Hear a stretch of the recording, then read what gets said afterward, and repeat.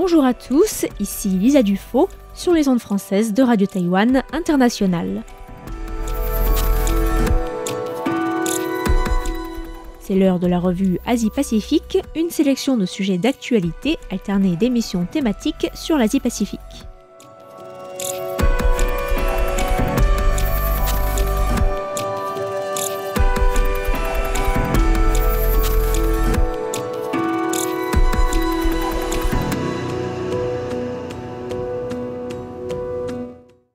Bonjour à tous et bienvenue dans la revue Asie-Pacifique de cette semaine. Dans la revue de presse de ce mardi 6 mai, je vous propose de revenir tout d'abord sur les élections législatives qui se sont déroulées pendant le week-end à la fois à Singapour et en Australie et où les partis au pouvoir ont conservé leur majorité dans les deux pays. Nous reviendrons également sur le rapatriement de crânes de 3 Aïnous par l'université d'Édimbourg, une initiative qui fait écho à celle survenue en 2023 pour organiser le retour de crânes de guerriers Paiwan dans le sud de Taïwan. Et enfin, nous finirons ce petit tour de l'Asie-Pacifique en évoquant l'inclusion par le département du Trésor américain d'un groupe rebelle Karen sur la liste noire suite à ses liens avec le vaste réseau de trafic humain et d'arnaque aux télécommunications qui existe en Birmanie, mais aussi dans les pays de la région. Les élections générales qui se sont tenues samedi dernier à Singapour se sont soldées par une victoire écrasante du parti au pouvoir, permettant ainsi au Premier ministre Lawrence Wong, en poste depuis mai 2024, d'être reconduit à la tête du gouvernement avec une légitimité renouvelée et renforcée. Son parti, le People's Action Party, a réussi à remporter 87 des 97 sièges du Parlement monocaméral de Singapour, soit 10 sièges de plus que lors des élections de 2020. Ces élections revêtaient une importance particulière pour le parti au pouvoir, car c'étaient les premières à être organisées depuis la fin de la dynastie des Lee. En effet, Lee Hsien Loong a gouverné depuis l'indépendance de Singapour en 1963, suivi de son fils Lee Kuan Yew jusqu'à l'année dernière. L'opposition n'est pas parvenue à s'unifier face au parti au pouvoir et le Parti des travailleurs, qui est le principal parti d'opposition à Singapour, a tout juste réussi à conserver les 10 sièges qu'il occupe actuellement au Parlement. Le contexte de cette campagne, marqué par les thèmes de l'inflation et de la hausse des prix de l'immobilier, a aussi été caractérisé par un accès restreint à plusieurs publications Facebook publiées par des ressortissants étrangers, un blocage ordonné à Meta par l'autorité de développement des médias et de l'information de Singapour qui estimait que plusieurs étrangers avaient tenté d'influencer le processus électoral en cours. Autre élément de contexte important, l'incertitude due au droit de douane américain annoncé par Donald Trump il y a moins d'un mois. Lawrence Wong aura donc besoin de cette confiance en son gouvernement pour mener sa politique de restructuration économique annoncée fin avril pendant la campagne.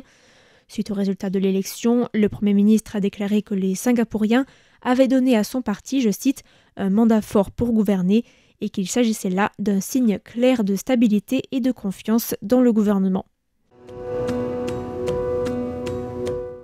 Et c'est aussi le 3 mai que se sont tenues les élections fédérales australiennes qui se sont soldées par la victoire du Parti travailliste au pouvoir et de son Premier ministre Anthony Albanese. Une victoire qui n'était pas gagnée d'avance, mais le Parti travailliste a réussi à renverser la tendance et à remporter une large victoire à la Chambre des représentants samedi, même si les résultats finaux ne sont pas encore disponibles.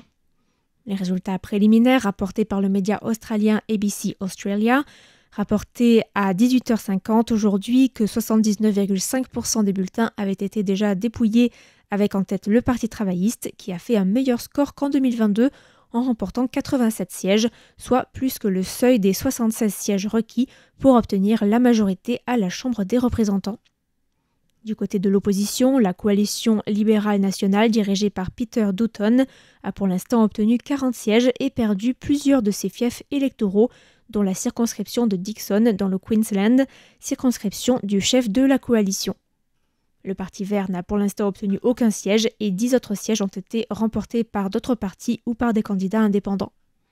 Les élections visaient à renouveler les 150 sièges de la Chambre des représentants, élus pour 3 ans, et 40 des 76 sièges de sénateurs qui disposent d'un mandat de 6 ans.